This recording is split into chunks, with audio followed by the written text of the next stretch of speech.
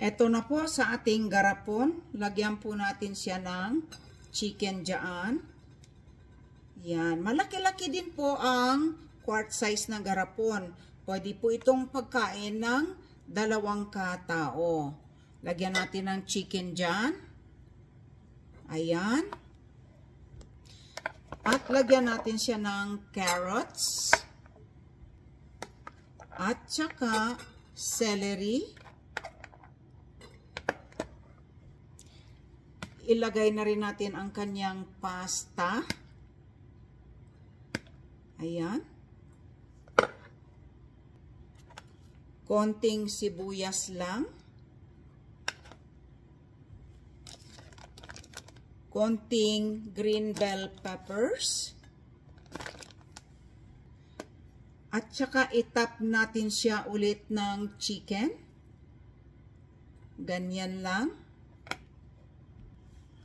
At ito na po ang itsura niya. So may chicken, carrot, celery. Then mayroon tayong pasta. Nilagyan ko siya ng bell peppers dito, green bell peppers.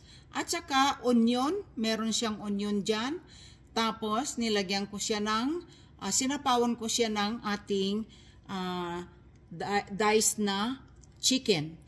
Ngayon, tatapusin ko lamang itong mga garapon na ito. Marami pa sila. At lalagyan natin sila ng sabaw pagkatapos. At ito na po silang lahat. Nakagawa ako ng 3, 6, 9, 10. Nakagawa po ako ng 10 quart size na jars. Ibig pong sabihin, 10 quarts po ang aking nagawang chicken soup. Nakita yung layer niya. So, meron tayong chicken, carrots, celery, pasta, onion, and green bell peppers up there. At saka topped with more chicken. Ayan po. So, lalagyan natin siya ng panlasa, salt and ground black pepper, and a little bit of vinegar for a bit of acidity para po siya ay ma-preserve ng matagal dito sa ating jars.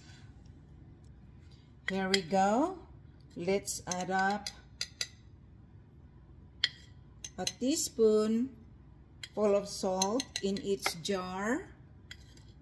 Hindi ko na po siya mini-measure. Tinatansya ko na lamang siya. Yan. Basta isang buong teaspoon po yan.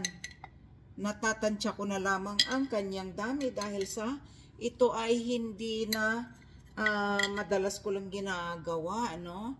Halos araw-araw, ilang beses po akong nagluluto dito sa aking kusina. Ayan.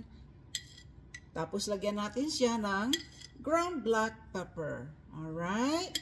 So, ang akin pong ginagamit ay pink salt po ito, no? So, ang pink salt ay medyo may pagkamaalat. Kaya, hindi natin siya gugustuhin na sumobrang alat kasi dadagdagan din naman natin siya ng konting vinegar.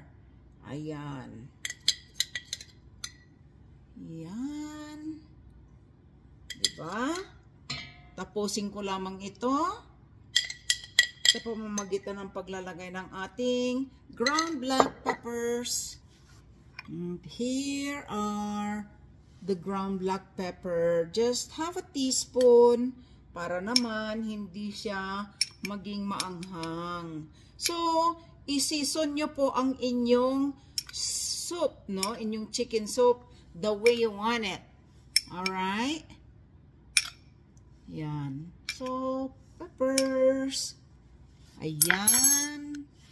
Then, lagyan po natin siya ng mga 1 tablespoon ng vinegar. Ayan. Pag ito ay kinain nyo na, hindi nyo naman po malalasahan ito. At ngayon naman ay atin nang ilagay ang ating chicken broth. Ayan. Hanggang sa neckline lamang po ng ating jar. Huwag natin silang sobrahan ang puno. Ayan. Tapusin ko lamang ito. Ayan, natapos ko nang lagyan lahat ng ating sabaw, ang ating mga garapon. Ngayon naman ay i-debubble natin ito. Palabasin natin yung mga hangin na nasa ilalim ng ating jar para kapag ito ay kumulo na, hindi po mapuwersa ang ating mga takip, ng ating mga jars. Marami pong salamat sa panonood. Bye!